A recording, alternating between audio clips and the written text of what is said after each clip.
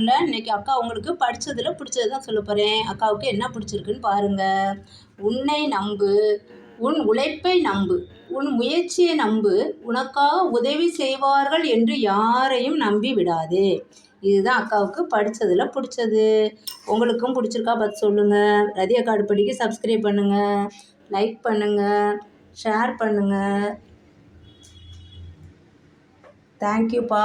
அக்கா வீட்டில் இன்றைக்கி சிம்பிளான சமையல் தான். எப்போவுமே 2 பொரியலோடு இருப்பேன். கொஞ்சம் டைம் இல்லை.